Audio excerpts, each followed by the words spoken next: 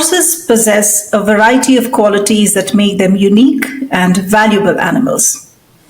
It's no wonder that they are used in therapeutic settings due to their calming presence, rhythmic movements, and the emotional connection they can establish with individuals. They provide physical and emotional benefits. Hi, I'm Paige, and I host Chezuba Talks. For those of you who have tuned in for the first time, Chezuba Talks is a series of podcasts that celebrates humanity and hope. On this episode, I have Joe Wappelhorst, the Executive Director of SIRE, recognized by the Professional Association of Therapeutic Horsemanship International, PATH, as a premier accredited center.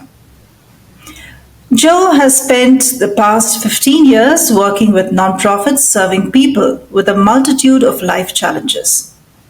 He believes that strong leadership, vision, and courage are key to moving a nonprofit organization from good enough to excellent. Welcome to the podcast, Joe. Thank you. Joe, could you tell us the story behind the founding of SIRE? Sure. SIRE was first founded here in Houston in 1985, so we're almost getting ready to celebrate 40 years. Started as a small center with 2 horses and some borrowed land, and had about 8 riders a week coming out to work on physical challenges that they had to build strength and motor skills. Over the next 20 years, continued to grow to where we were able to acquire a second location and a permanent home. And now we're operating out of those 2 locations, serving over 200 people a week.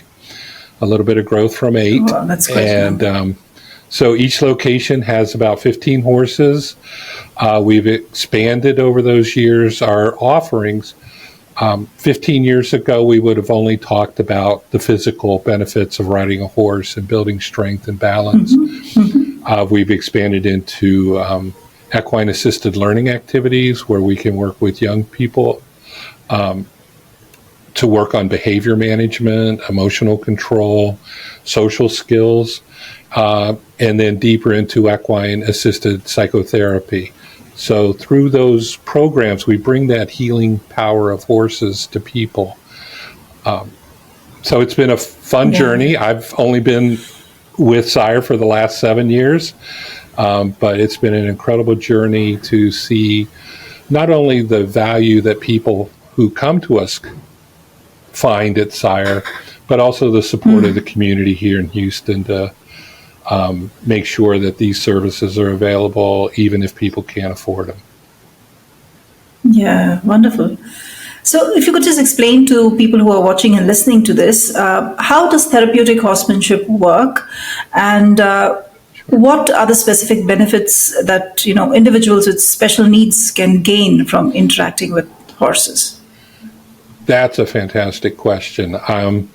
Like I said, in the beginning, we were really looking for physical gains. So a lot of people don't know this, but when you're on a horse riding, your hips and your legs move exactly as if you were walking. So being on a horse for a half hour is an equivalent of about 3,500 steps. So for a person who has mobility issues, is in a wheelchair, they couldn't get that exercise. So whether it's working with somebody with cerebral palsy who's in a wheelchair and build that not only their leg strength, but their core strength in the muscles to be able to sit up straighter, breathe better. Those are all the benefits that can come from that. We work with, one thing we always try to do is when somebody comes into our program is what goals do you have in your daily life? We're going to help you with the riding side of equestrian. Right. And one of our riders, Linda, came, and her goal was to be able to pull on the reins hard enough to stop the horse. She didn't have that physical strength. And I said, well, that's really important on riding a horse, but how does that help you in life? And she goes, well, I'm in a wheelchair, and right now I can't open the refrigerator. I can't pull myself up to a table. So I just imagine the day that I don't have to go find somebody to get me a glass of water out of the refrigerator or do those little things. And then when you expand that into equine-assisted learning, that's not riding a horse, but that's learning how to interact with a horse. Horses are flight animals, so they're not going to cooperate unless that you come to them with a certain behaviors and certain energy and a calmness. So it really helps us develop skills, as I said, around learning calm behavior, de-escalation, cooperation over coercion. Horses aren't like other animals. You don't get them to obey, you get them to work with you. And we've seen real positive benefits in this kind of interaction with veterans and first responders who may be suffering from PTSD, or military personnel who have come out of a command structure and need to live in a civilian world where we depend on cooperation rather than command. So, and then you go deeper into it with the equine-assisted psychotherapy. There we match a therapist and a horse with somebody to work through whatever issues, trauma that they're dealing with, and having that ability to connect with a horse when maybe they're too fearful to connect with a person in the beginning really can help them make great strides in their wellness. Let's take a break to understand what Chezuba is. Everyone at some point ponders on how this beautiful life can be made more meaningful. Maybe you're a leader trying to enhance your employees' experience at your organization. Or you already work for the community and seek volunteers with state-of-the-art skills to strengthen your nonprofit. Whatever your situation, know that you can make a difference. Chezuba began with this very vision, a vision to facilitate every skill and every passion in the world in meeting a social need. Corporate volunteering has several benefits for both businesses and organizations. In parallel, experienced and enthusiastic volunteers join NGO workers, enabling them to serve the community more effectively. Chezuba offers everyone looking to add purpose and meaning to their lives a chance to connect or volunteer virtually with nonprofit organizations from over 100 countries around the world. Visit www.chezuba.net and explore opportunities to find meaning. Chezuba, your platform to do good. And now, back with our guest. Progress, right. So typically, how much time does a new, I shouldn't call it a patient, but a new person who's coming for therapy coming in, how long does it take for him or her to get acquainted with the horse? And do you, kind of decide that this horse is, more suitable for this person? If it's a riding client, then yes, there's suitability with height and weight and all those things that we'll look at. Right. Some people, they come right up, the horse acknowledges them, and they start that connection right away, and we can go on. Others come in and they may have a fear of horses. I mean, it is daunting to stand beside a 6.5 foot tall, 2,000 pound animal. And it may take them more time to acclimate to the horse. The horses are to come into our program, a horse is very well trained, has a very steady temperament, is used to a lot of I don't want to say normal, not atypical, unbalanced riders and things like that. So they've been working in our horses are usually with us for 5 or 6 years. So usually it's within anywhere from a half hour to a couple of 1 hour sessions with the horse, and we can get somebody acclimated. Yeah. Right.